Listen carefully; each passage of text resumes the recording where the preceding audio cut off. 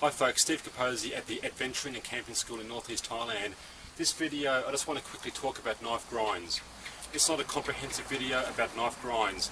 If you don't know about knife grinds, research it. There's plenty of YouTube videos, there's plenty of information on the general internet about knife grinds, the different profiles and so forth. I'm just going to talk about the main sort of knife grinds that you want to know. And beyond that, it's just details and fluff that you really don't need to know. And the one thing I realised is I forgot to talk about the grind for my new Bushcraft knife.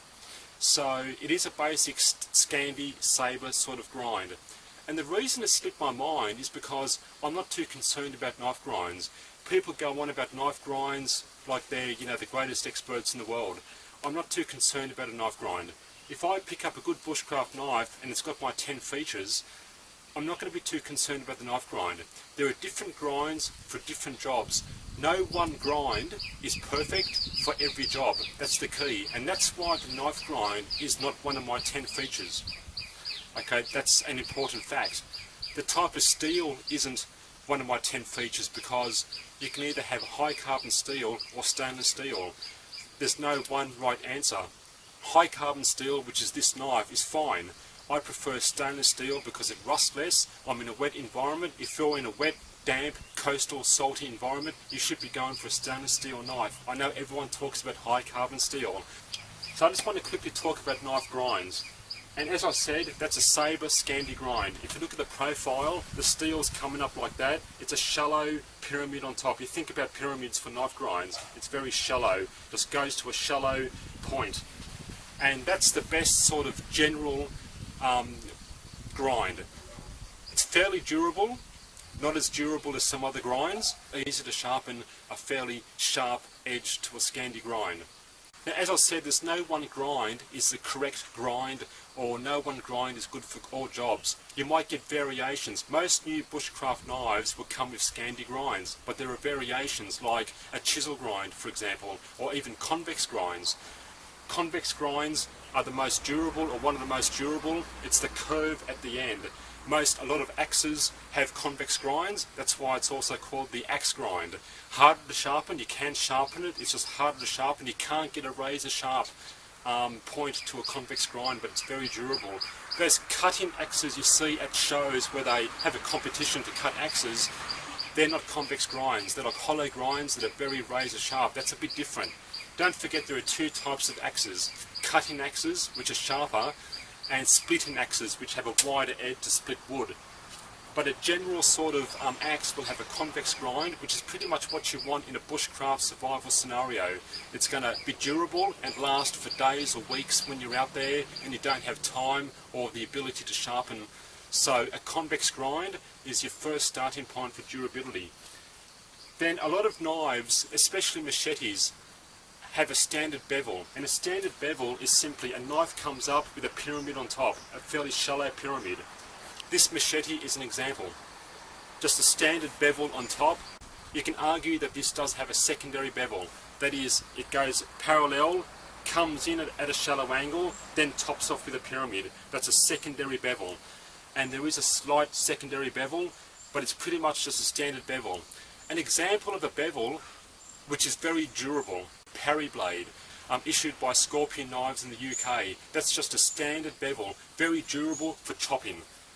So that's what you want to look for in most solid machetes that are durable. You can get machetes with different grinds, sharper grinds for really good chopping, but I think a machete should have a more durable edge. That's fine.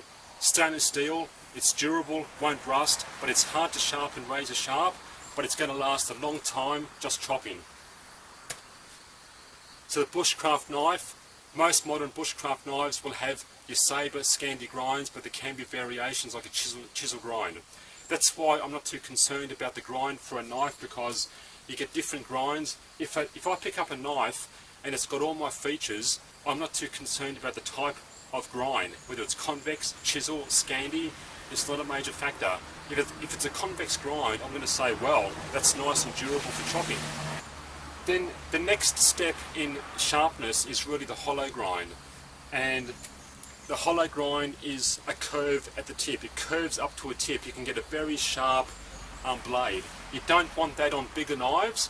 It dulls and blunts easier, but you can sharpen a very sharp, that's your razor sharp shaving type grind, the hollow grind. A lot of old school knives, Bowie knives, buck knives were hollow grinds. And the reason why old school knives had hollow grinds is because back in the day it was all about skinning, hunting, trapping, fur trapping, skinning game, meat and so forth. There wasn't this bushcraft emphasis.